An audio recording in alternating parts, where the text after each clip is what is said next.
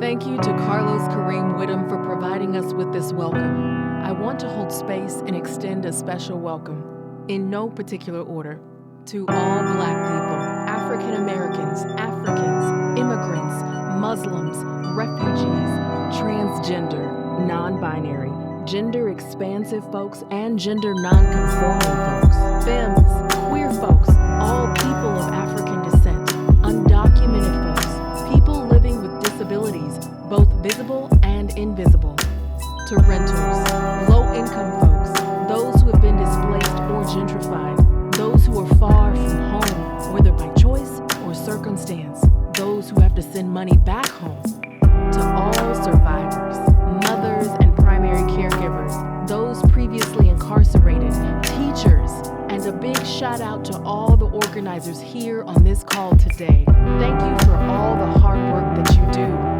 We see all of you and know that all parts of you are welcome here.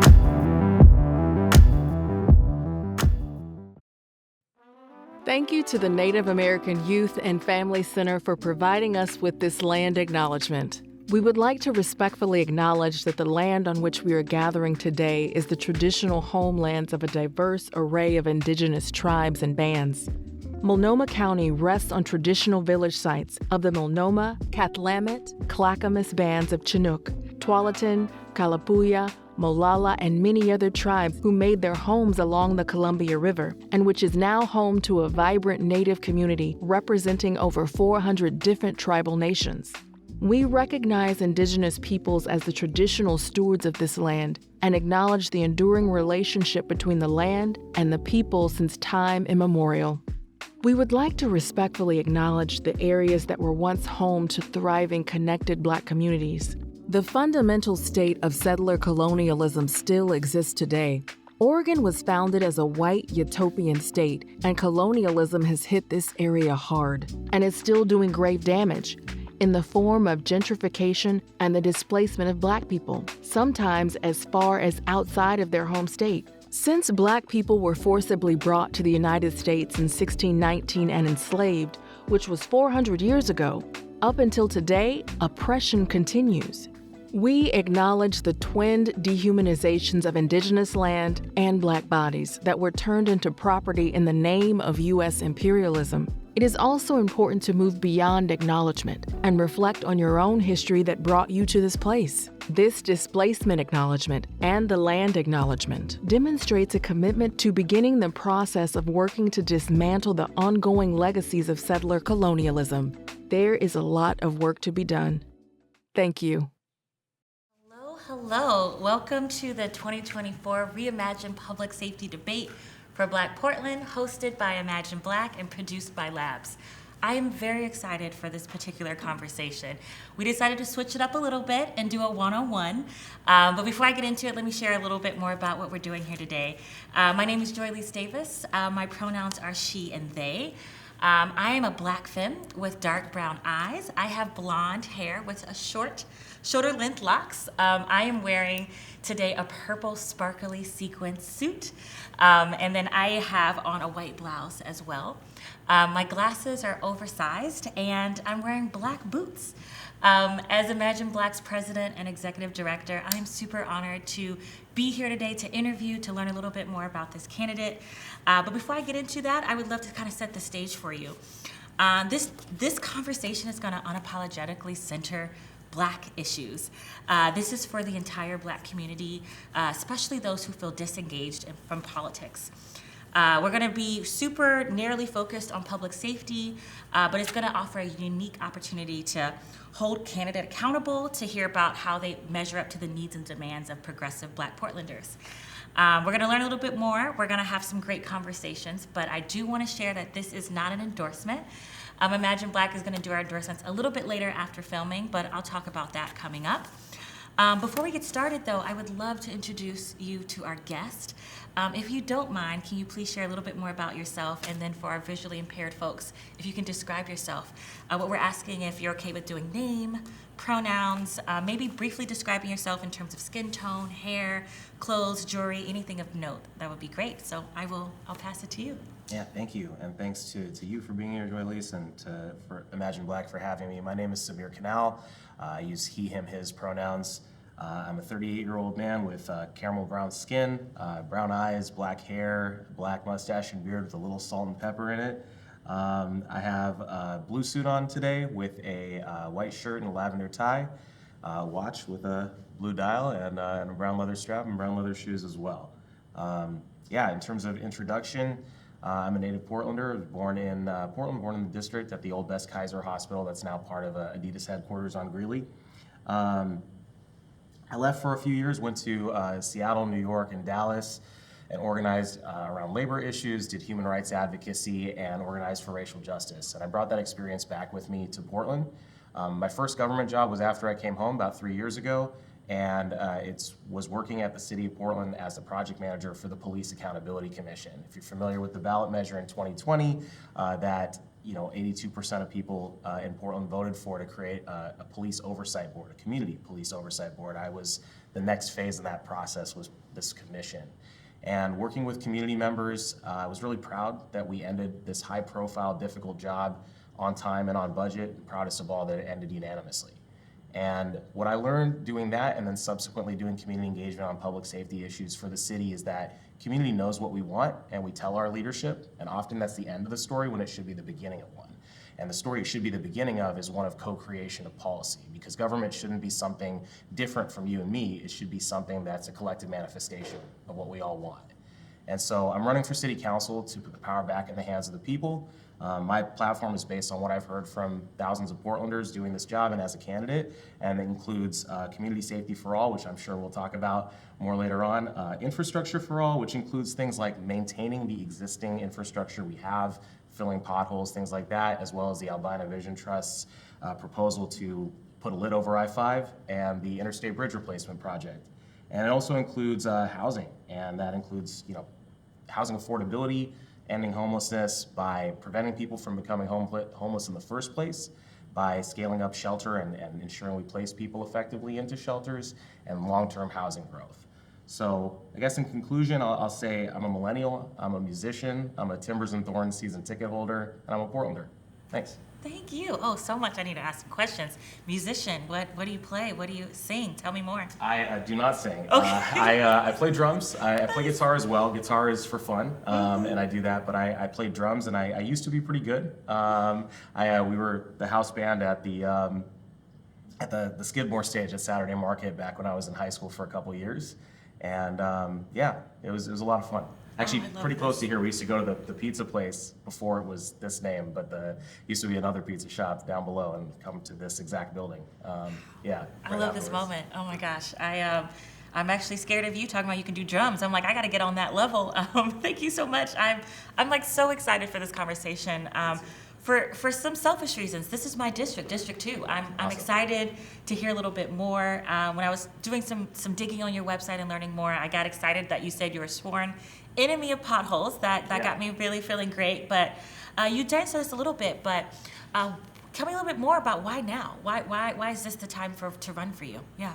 Yeah, so I got in pretty late to this campaign. I joined at the end of May.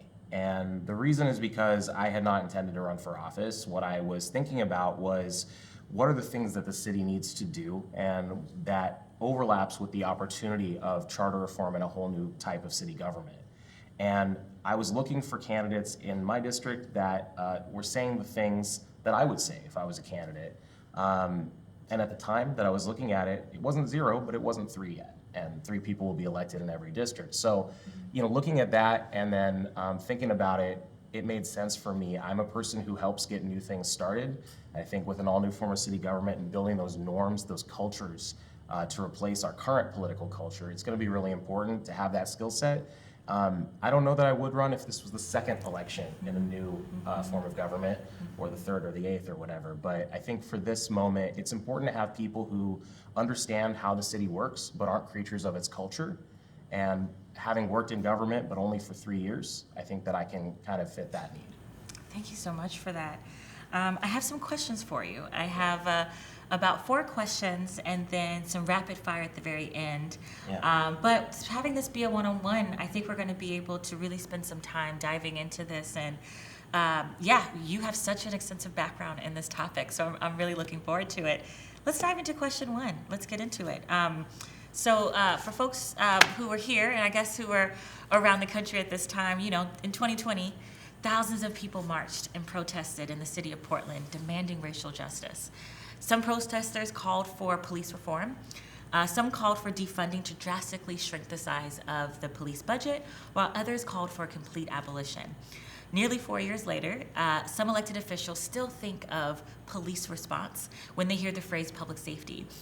We at Imagine Black, we believe this definition is way too narrow. My question to you, just getting into it, is what is your definition of community safety, and what are your plans to reimagine public safety in this role? Yeah, thanks for the question. Community safety is a healthy society where people have their needs met, to me. It's preventative, it's holistic, it looks like help when you need it, and a government that doesn't harm you or is held accountable if it does. It includes things like safe routes to school, which does go back to paving the potholes. I am a sworn enemy of potholes, and we definitely need to address those, but also paving crosswalks and building sidewalks.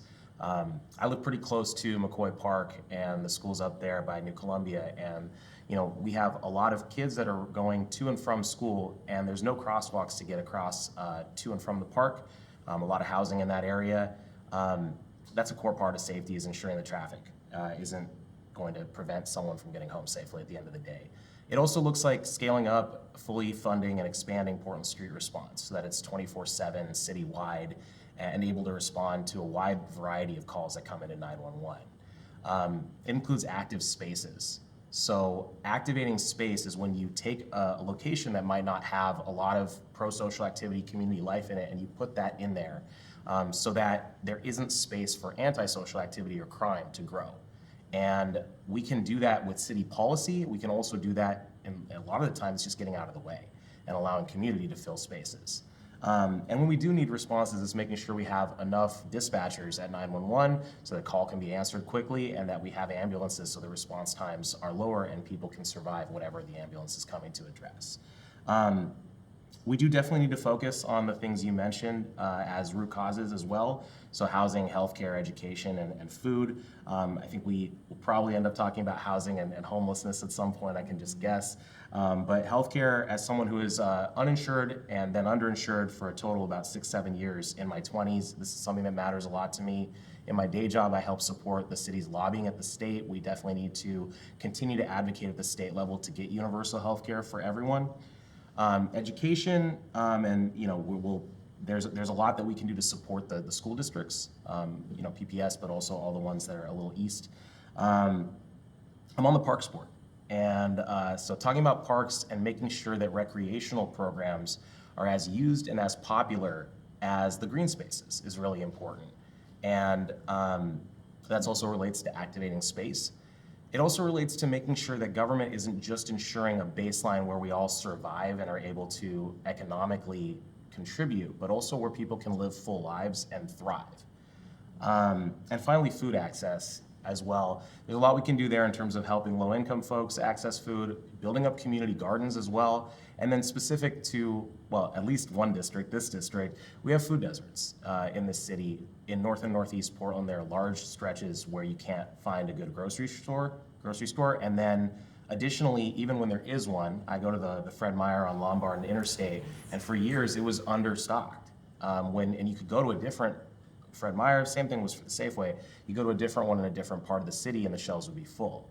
And there's things we can do, not all of that's policy, some of that's just leveraging the office to make a phone call and say, hey, this is a problem, and making sure that you're heard as a council member by that corporation to make sure it gets full. But definitely when root causes are addressed, we have a safer community. Thank you so much for that. So much to follow up on. I want to ask a little bit for the folks who are watching and listening. It was mentioned a little bit earlier, we have a new form of government.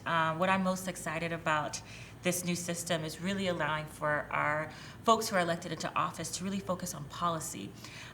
You have kind of a great background and the privilege of also knowing what it's like to implement these policy decisions that are made. I'm curious to talk a little bit about the Community Safety Division, something that also came around the same time, about 2020, around the same time where folks were demanding racial justice. I'm curious kind of what's your not your take, but what are your policy plans to support this office? How would you like to see this grow or evolve as kind of the city is changing in this moment? Yeah, so first I should say I do still work at the city. I'm not representing the city. I do still work at what was the Community Safety Division. Technically, that's now doesn't exist by that name. It's part of the Public Safety Service area. When it was a Community Safety Division, it started up in April of 2021 with sort of being the leading edge of the charter change and consolidating the bureaus together. At the time, it was mostly supporting the existing public safety response system and helping to coordinate it. It had roles like ensuring that we have alternative responders, making sure that the right responder is going to each call, helping align governance, things like ensuring all the payroll and budget and procurement folks are together, and also helping to align and promote a safer Portland so that there are fewer 911 calls to begin with. And so I am very lucky. I was the first person hired after the director. And so I got to see it from the beginning to the end of that stretch. And it grew tremendously. We had about 75 people in it when it kind of was converted to the public safety service area. Now it does have a more hierarchical relationship. It's the umbrella over police, fire, Portland Street Response, 911, emergency management, Office of Violence Prevention, Safe Blocks, and more. And we need to make sure that we're supporting the work that it does, which includes still being sort of an internal think tank at the city where we can see what's working, what's not working, performance analysis, things like that. But also helping to ensure that it's aligning the parts of the service area on things like professional standards, strategic planning, budgeting, and planning things out, and making sure that there aren't gaps where a certain type of issue is not being addressed by anybody because they all thought the other ones might be responsible. Oh, yeah. Mm-hmm. Or the opposite, which is like behavioral health, where it's under a lot of people's responsibilities, a lot of different groups' responsibilities, and making sure that we're in alignment on what that means and not duplicating efforts. And so I think the way we can support it, I'm a big believer in the leadership there. I'm not just saying that because I work there. I say this when I'm off camera too, but I'm a big believer in them, and I want to make sure that we're supporting them getting information from community and having the resources that they need to succeed at getting our public safety system to align and move forward. Yeah, thank you so much for that.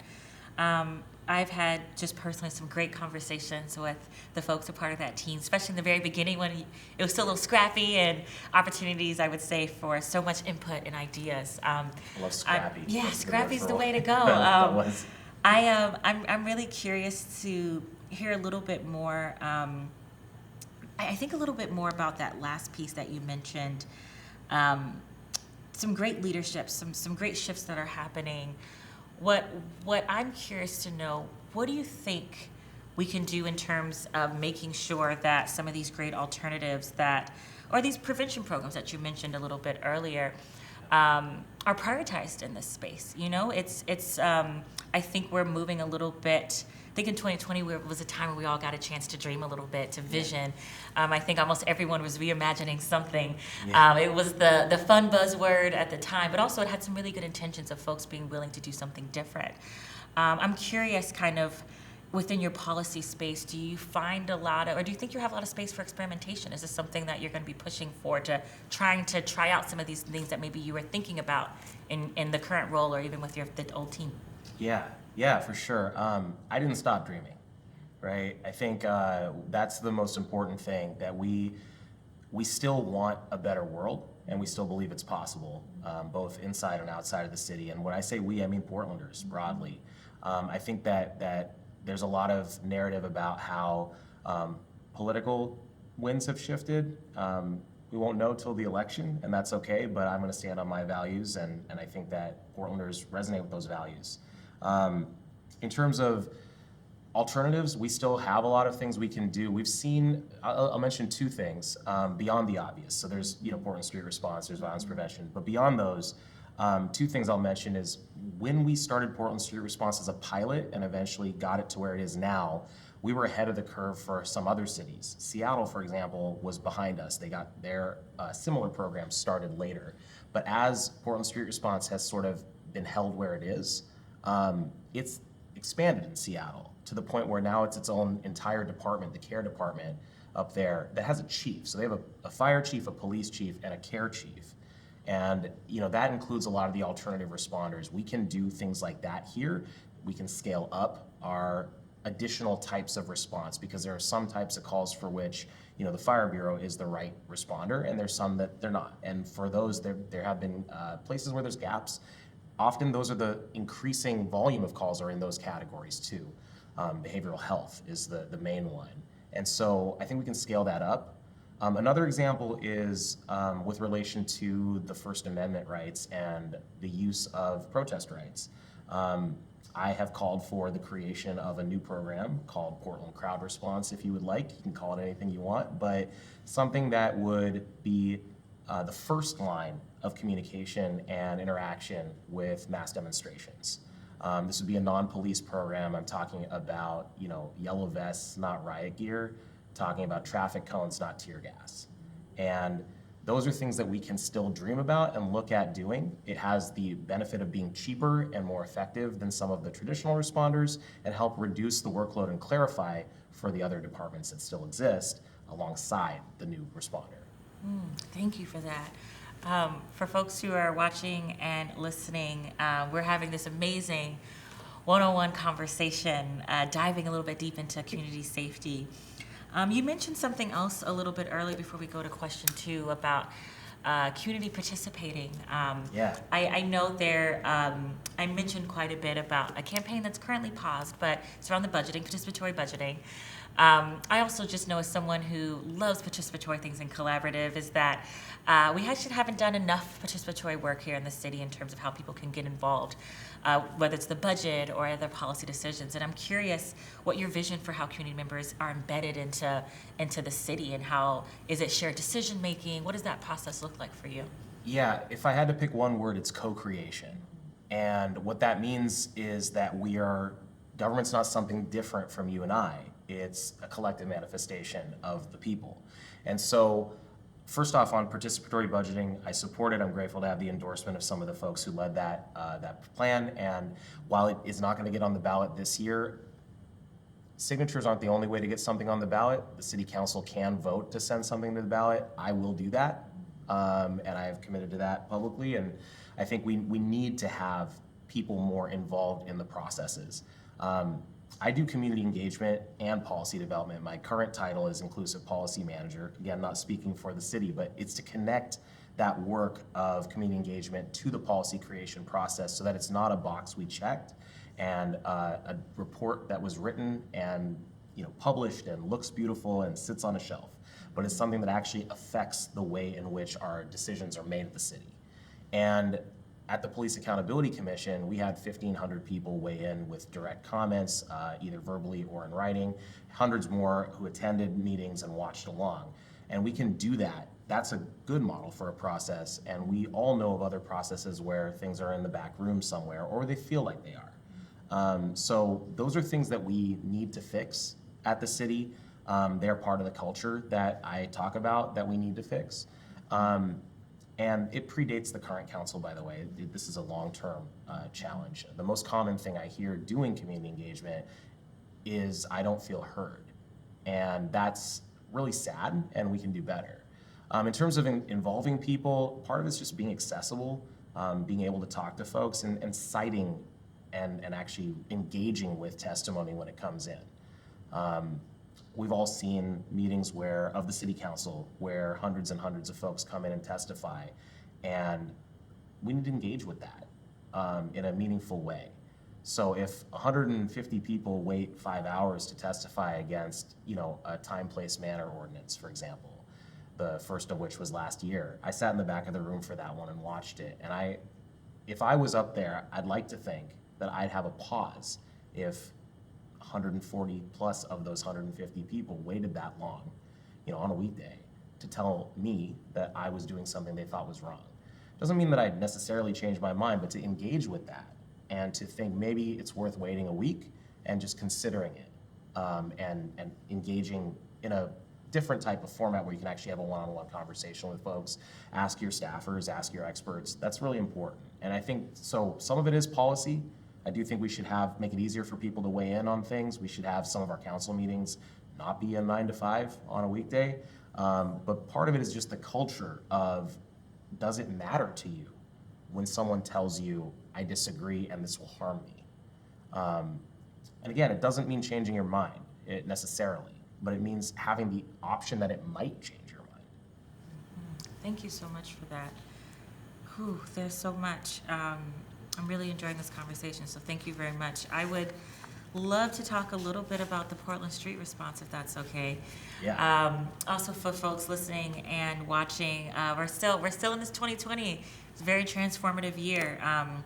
So in 2020, Portland voters voted overwhelmingly to institute the Portland Street response, which is an alternative to emergency response call for vulnerable Portlanders experiencing crisis. Despite the Portland Street response's popularity and the expectation that the program would evolve to be 24 hours, 7 days a week, the budget has been under attack for 2 years, and resulting in slashed budgets and also just really slowing the implementation. I would also add that many of the folks have been asked to do things that's been outside of what the initial vision was, in terms of the staff members who are working in it. I'm curious to you, what do you see Portland Street Response within the context of public safety, and what are your plans to ensure the future of Portland Street Response and its services? Yeah, I love this question. I love Portland Street Response. I see Portland Street Response as the core of our public safety response system in the future. It's not going to get there tomorrow, but that's the long-term vision. I'm the only candidate for city council in any district that's worked directly with Portland Street Response to try to address some of those funding issues. I've written grants for them. I've worked on their strategic planning side of things as well. And I'm deeply committed to it and its success. And in the very long term, I hope that it's it's the default responder, unless there's a reason to dispatch another responder, because they do a really good job. I've seen them at downtown Pioneer Square. I've seen them at Overlook Park, doing good work with folks in behavioral health or mental health crises. And that's a really important thing. It's that overlaps with the houseless population quite a bit, but it's not exclusive to that. So it needs to be 24/7, it needs to be citywide, it needs to be dispatched through 911, and it needs to have those policies that restrict what it can do be adjusted over time. Policies like that are a couple examples. If a person's having a mental health crisis in a sidewalk, Portland Street Response can respond. But if they go into a business, even if it's a public-facing business during its hours of operation, they can't.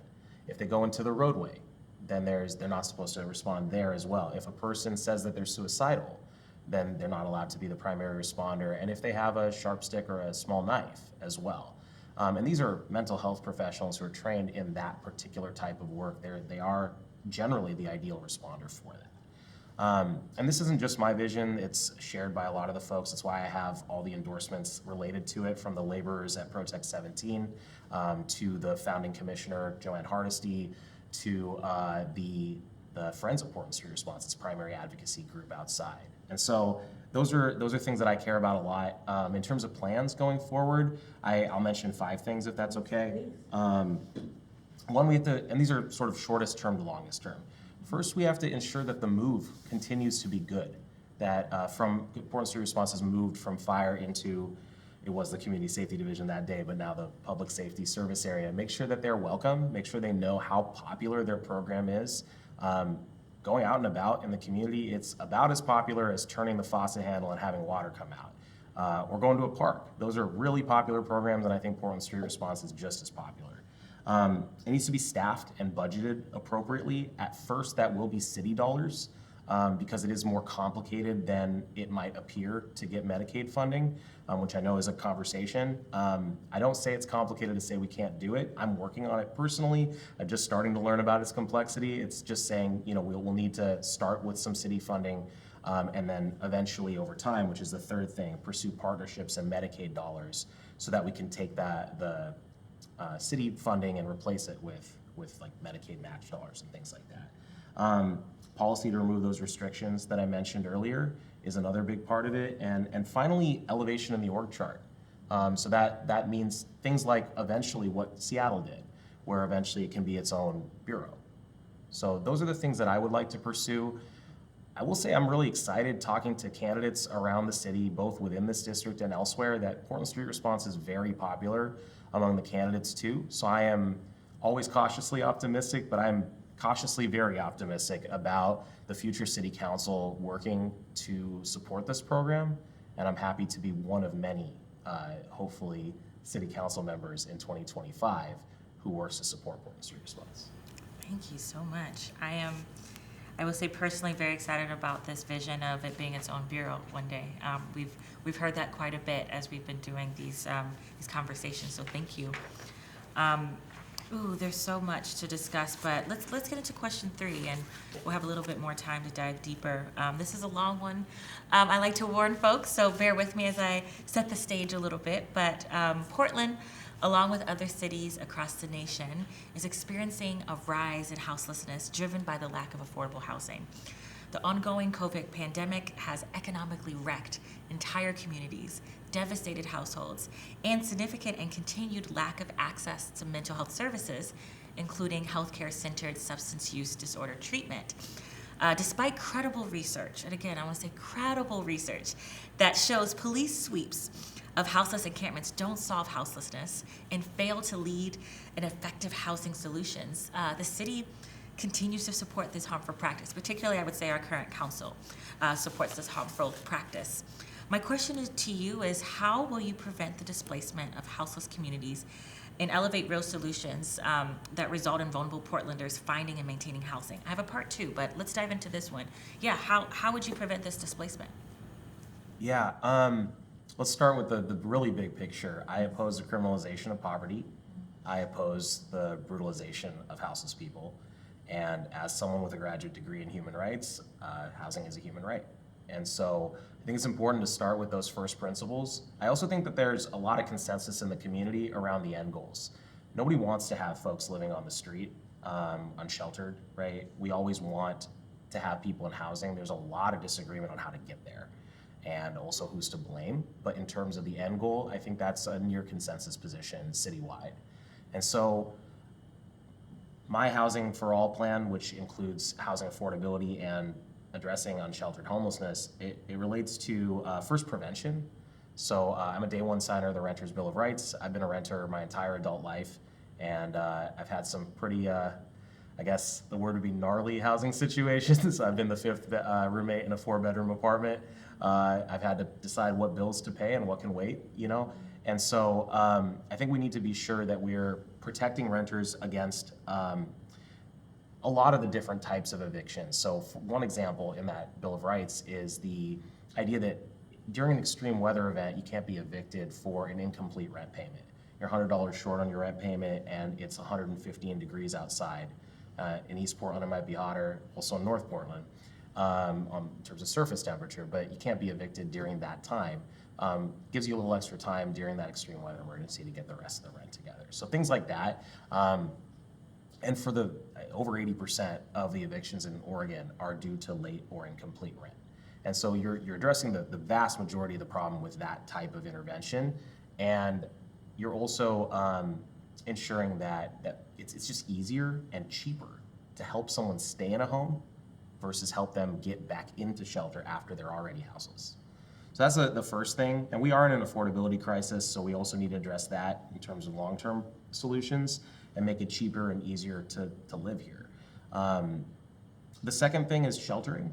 So we need a range of shelters. We have a lot of shelter, but it's not enough. And we need to build more and expand not only the overall volume of beds, but the different types, different services offered, and different focuses of each group, whether it's this allows families to stay together, allows you to bring your dog, things like that. And also there's a need beyond services and affinity, and there's a need beyond keeping families together, which is self-determination. And ensuring that some of these shelters that are doing really well are or villages or whatever the name behind them are run by the residents and are doing really well. There's a dignity in that as well. So that's another part. And finally, I'm gonna talk about a dashboard real quick that the city could create. It's a small thing that would have a big impact. Right now, if you want to help someone get into shelter, or if you want to get into shelter yourself, you have to call each shelter individually to ask, what are your rules and do you have beds available right now? We could have a dashboard that shows all the shelters, where they are on a map, how many beds are available in real time, and what the restrictions are. It's a drop in the bucket in terms of the overall spending we have, and it would save not only money for the city and for the shelters, but for all those people who are in their personal capacity or in groups helping out the houseless, are going out and making those calls over and over and over again. It's freeing up resources, the biggest resource being time, to do better work and to do more help. We have a lot of dashboards sort of internal. If you order food from a Chipotle, and it's going to take a little longer than they expected, they have internal data they can transfer it to the next closest Chipotle. So I guess my argument is if DoorDash can do it, we can too. Oh, I love this. Thank you so much. From learning a little bit more about you, data was a big thing that they're like, oh, this is a data person. Yeah. This is very exciting to hear. I have so many follow-ups. I want to take a small, not a small tangent, but I think it definitely relates to affordability. There's some conversations right now around urban renewal and TIF, particularly thinking about the district that you're representing has been hit really hard by TIF and urban renewal over the past years. And I know right now there's some conversations that will come to the city council soon to have TIF in East Portland. Tell me what your stance on when it comes to tax increment financing and urban renewal as a whole.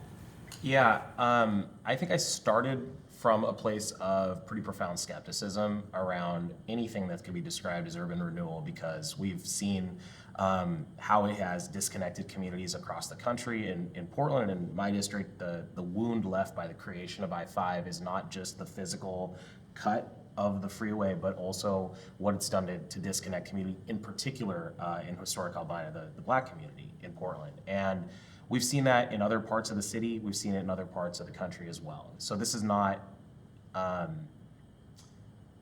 new, and it's not unique to Portland.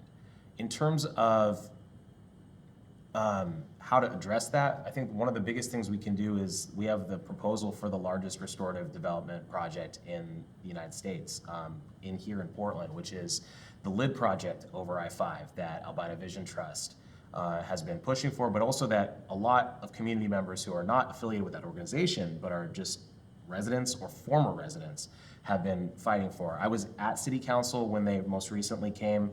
The room was full. And it's amazing to see how many people are coming out to support that LID. I strongly support the LID. There is a proposal in parallel to that to double the width of I-5 below it, which the Oregon Department of Transportation is doing. I oppose that. I want to be super clear about it. I think ODOT can spend its money better. I think we should be looking at expanding transit, expanding greenways, expanding a lot of other things. I'll specifically make a plug here for building a new light rail line from St. John's to the airport along the Lombard and Columbia corridors. So that's something that we should be spending state transportation dollars on instead of doubling the width of the freeway. And this isn't just about the freeway. It's also about, we have federal funding for the LID, but when you widen the width of the freeway, the LID now has to be bigger and it's gonna be a lot more expensive.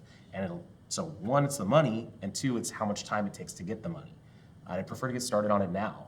I was in another interview recently where they asked if you had a magic wand and you could wave it and make something happen right now, what would it be? And I said, build the LID now, because it's gonna create union jobs, not only in Portland, but in this district. It's going to be done in a sustainable way. There's going to be green space. There's going to be the ability to have 3-story buildings built on it, and that's going to create opportunities for businesses and homes to be built in a way that both expands the rental stock in the city, but also allows for more homeownership, including for people who are historically part of that neighborhood, which the majority of which are Black Portlanders. And so those are, I think that's the single biggest thing we could do.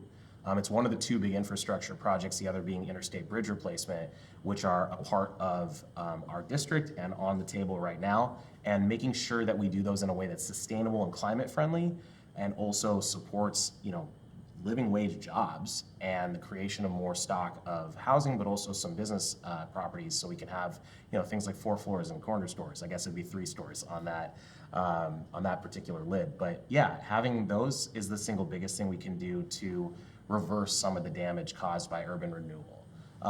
In terms of TIF, I don't have a blanket on that. I know that they've revised a lot of things with it, and I'm a person who, as you said, I like to read, I like to look at the data. I'm a person who wants to look at all of that. I think that the progress they've made on it is substantial to the point where it is worth considering. I think if we were talking 20 years ago, and sort of older ways of thinking are not something that I would necessarily be able to support. But I don't know that I can give you a blanket answer on the 6 new districts they're talking about. I do know that I'm a person who likes to read it, and I will absolutely read every bill, which is a commitment I'm terrified of making because there's going to be a lot. But that's the way I like to think about things. Thank you so much. I appreciate a few things that you mentioned. As someone who is a part of the historic, albino board for that cap, thank you for bringing that project into the space. And thank you for being willing to read all the data and the information before making a decision. For folks listening and watching, we're going to put some links to Imagine Black's analysis around TIF and urban renewal as a whole, and some historical things, but also, we're going to see what's going to happen with this upcoming vote. Framing it back to, and it was somewhat of a tangent, but I know sometimes when we talk about our housing crisis, we don't talk enough about also how the implications of both moving people around, and as well as the impact of investing in property, or investing in companies over people. Let's call it what it is. And I know for a fact the folks that we serve here at Imagine Black are still feeling the impacts of TIF and urban renewal in Northeast, and it's hard to come back. And hopefully projects like the CAP can bring some folks back home. Bringing it back to particularly about housing as it relates to houses community, I want to talk a little bit about the part 2 to this question before I dive into more housing. But part 2 was, how could the public safety service budget, which currently is allocated towards sweeps, be better used? Let's dive into some budget questions. So first thing, I'm excited about this because the new city council will not be in charge of bureaus in terms of the day-to-day management. We'll get to focus on policy and budgeting, but also some things like bargaining, approval of union contracts, and things like the legislative agenda development process, and constituent services. I think that's the broadest range of what we expect that will happen, and there's a lot that we need to do on day one to kind of reestablish norms about who's responsible for what between the council and the mayor, and also the new leadership positions. There's going to be a council president, vice president, things like that. In terms of the budget, I've been subject to the budget. I've asked for funds and had it be changed. That's a normal process for a city employee to do, and I think we've all seen it. Budgets are moral documents, and they indicate where we're going to be devoting our time, attention, and energy, and also what we think is important. And so in terms of how we approach it, I like to think of budgets less by bureau and less by unit within a bureau, and more by what the function is. So we actually spend a lot more on behavioral health, for example, than people think we do, because it's in multiple places in the budget. And so there's, I think when we talk about how we're going to get people into housing, there is a budget that is focused on cleaning camps, as they will say euphemistically. It's a sweep. But there's also a budget for shelter services.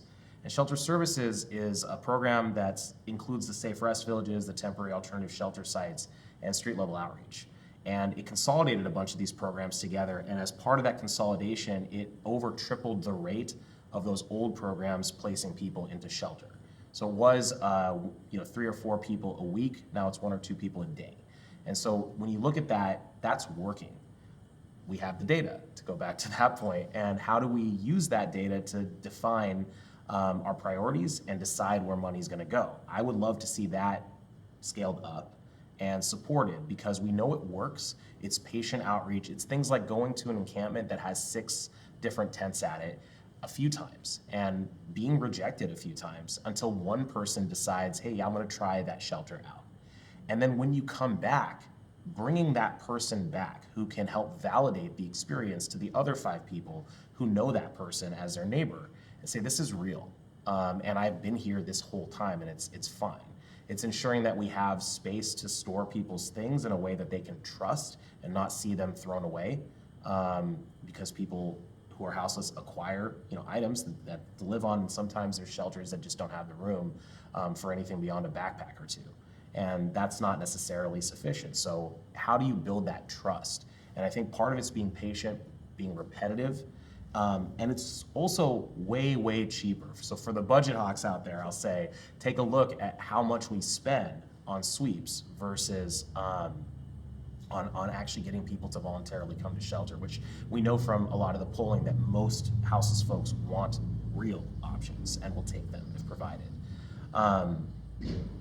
Yeah, I think we could probably stop there because I imagine your next question, as you hinted at, might cover the long-term part. Yeah, let's get into the next one. Thank you so much.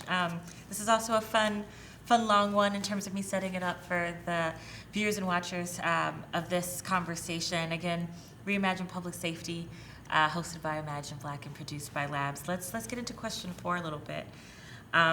In a recent public meeting on violence prevention, the City of Portland evaluation specialist, Ryan, I'm gonna make sure I get this last name right, D'Ambrosio, let's see if I got it, I'm gonna check in with Ryan a little bit later, reported that the gun violence in Portland has dropped 22% since August of 2023. Ryan also highlighted that there is a 38% reduction in Black gun violence victims over the past year. The city is attributing that overall decline in shooting to the success of the gun violence prevention programs that receive funding from both the city of Portland as well as statewide allocations from the federal pandemic grants. Let's talk a little bit about the group, the entity, Healing Hurt People, which is in partnership with POIC, Black-led nonprofit here in Portland, and the City Office of Violence Prevention. This great group, Healing Hurt People, they offer counseling and outreach to community members at risk of gun violence, as well as including folks who are victims. My question to you is, how will you prioritize the continued funding and success of community-centered programs that have proven to prevent crime? Yeah, it's a very similar answer, just in brief, and I'll explain. It's a very similar answer to the last question. We know what works. We have data on it. We need to focus our dollars there. And in this particular case, it's focusing the funding on prevention. The best possible response after a crime is not going to be as good of an outcome as just not having that occur in the first place. I know Ryan D'Ambrosio. I work pretty closely in terms of physical distance from him, and we don't work on the same projects, but I do know him and I trust his analysis. Again, I'm not speaking on behalf of the city, but I think we've seen that not only the stats you mentioned, but there's an additional 7% decline in injuries and deaths related to firearms in the neighborhoods where they've been focus areas. So we have Office of Violence Prevention and the Safe Blocks program, which have priority neighborhoods they focus on. And in those neighborhoods, we've seen that additional decline, which is not huge, but it's statistically significant. And we've seen it, also ceasefire, I should bring that up as well. And we've seen that police staffing, by the way, is basically flat over that time period. And so having those results is good data to show what does work and what we need and what we don't need. And so we know prevention works, we know it yields results, and it's cheaper in terms of costs. And the costs means both human life as well as dollars. So yeah, we need to fully fund OVP, Office of Violence Prevention, Safe Blocks as well. Ceasefire has done a really great job of coordinating our existing programs, because part of it's not just about spending more money, it's about taking the programs we already have and making sure that everybody's working together really well. And every part of that process has been going.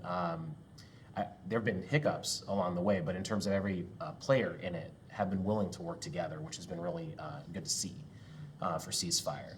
But in terms of Office of Violence Prevention and Safe Blocks, there's they have a fiscal cliff, which basically means they were getting a lot of funding from grants that were coming from the federal government during COVID.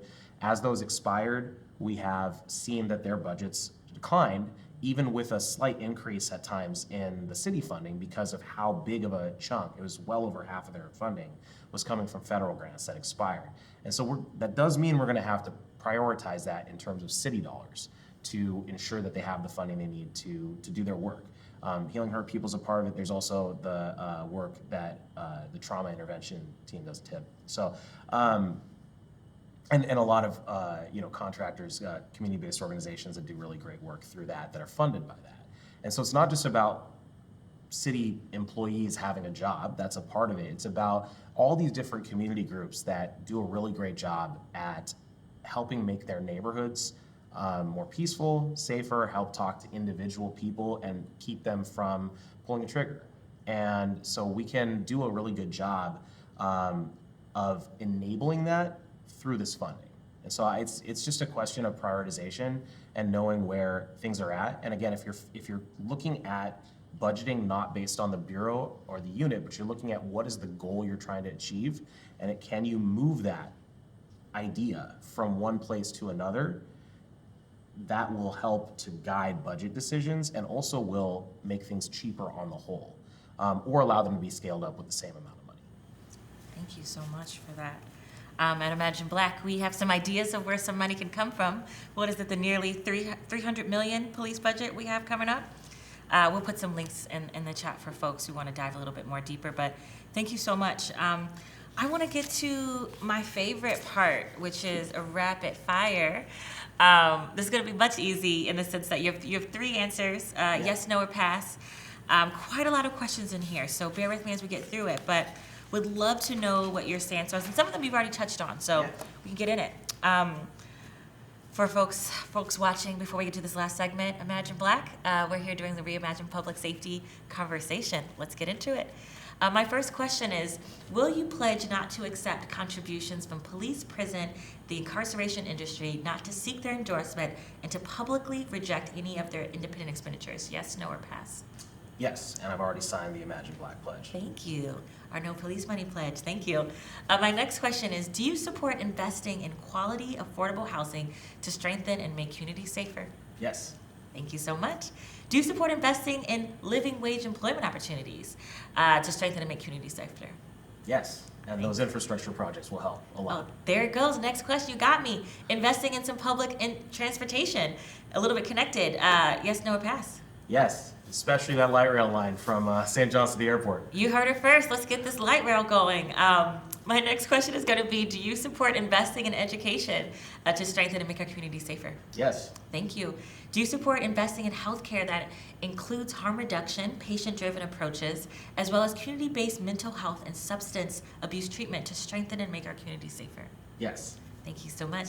Do you support legislation banning both lethal and non-lethal force that could cause death against individuals exercising their First Amendment rights? Yes, I strongly support the First Amendment. Thank you Big so radical much. take here. Oh, I love it. Do you support legislation to remove the shield of qualified immunity in Oregon? Yeah, need to be done at the state level, and we can support it through the legislative process. Thank you so much for that. Do you support a ban on data sharing and all forms of collaboration between U.S. Immigration Customs Enforcement, ICE, and the City of Portland bureaus like PPB? Yes. Thank you so much. Do you pledge to oppose a city budget that expands in any way the capacity of the police force? I'm going to pass on that one. I'd love to know the details of that one. Okay, great. I was like, you only get one answer. Thank you. The details, pass. Do you support non-carceral justice strategies for community safety? Yes. Thank you. Do you support zero tolerance legislation for let me run that back. Do you support zero tolerance legislation for police abuse of authority and abusive policing? Yes, at the state level. Thank you. Do you believe that violations of property should never equate to the violation of human rights? As a person with a graduate degree in human rights, yes. Thank absolutely. you so much. Do you support putting an end to the use of military-style equipment such as grenade launchers, long-range acoustic devices, and other technologies designed for war by the Portland Police Bureau? Yes. Thank you so much. Do you support a ban on facial recognition, predictive policing technology, and other intrusive and discriminatory surveillance forms by the Portland Police Bureau? Yes, and the whole city, not just the police. Thank you for that. Do you support allocating resources to our most vulnerable community members, like the houseless community, in ways that are not linked to over-policing or criminalizing poverty? Yes. Thank you so much. We kind of did it. That was it. Before I do my closing, I would love to give you some time. Tell us a little bit more how we can learn a little bit more about how to your full platform and maybe volunteer or donate. Talk a little bit more about it. Yeah, so I did forget to mention one thing earlier, if it's okay. Please, go for it. We talked about the short-term part about preventing homelessness. We talked about how to help people get into shelter. We also need to build a lot. So the long-term housing part too, it's really hard to get a permit. It's not about cost only, it's a lot about the time. So that investment yields results faster when permits are given faster. And so we need to be supporting that at the city. We need to build across the spectrum, so market rate, affordable, subsidized, and social housing, support conversions of offices and motels and hotels, things like the Gordon's Fireplace Shop building as well in the district. And then also making downtown a mixed use type of neighborhood, not just a business district. We've seen those recover better from COVID than business districts have. And making sure that we're supporting homeownership too. The lid, we talked about it a little bit there, but it's not just the lid. Helping people, especially first-time home buyers and communities of color, own a home in Portland is really important.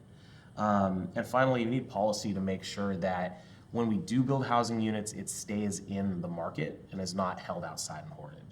So just wanted to make sure I got that out there too. Appreciative. Yes, thank you.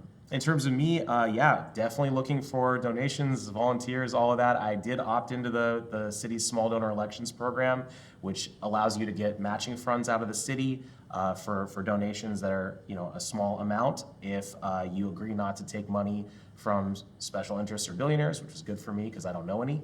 And we welcome $5 donations, up to $20 is matched. You can give up to $350, so we welcome anything along that in that range. You can also sign up to volunteer at the same place, which is my website. That is canalforportland.com, Kanal, FOR, Portland.com. And I'm also pretty heavily using Instagram, but you can pretty much any social media platform is Canal for Portland. On Twitter, it's Canal for PDX. Thank you so much. Whew, we did it, folks. Thank you so much for watching and listening, especially as we do something a little bit special and have a one-on-one. This was very lovely. I want to thank you so much for being here and sharing some time with us.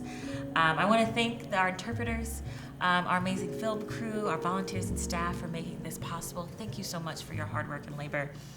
I want to remind kind of the folks listening and watching that democracy is not a one-time event. We desperately need folks involved in this work and the long-term work, which is holding your elected official accountable and getting involved in civic engagement. I wanted to remind folks that there's no perfect candidate.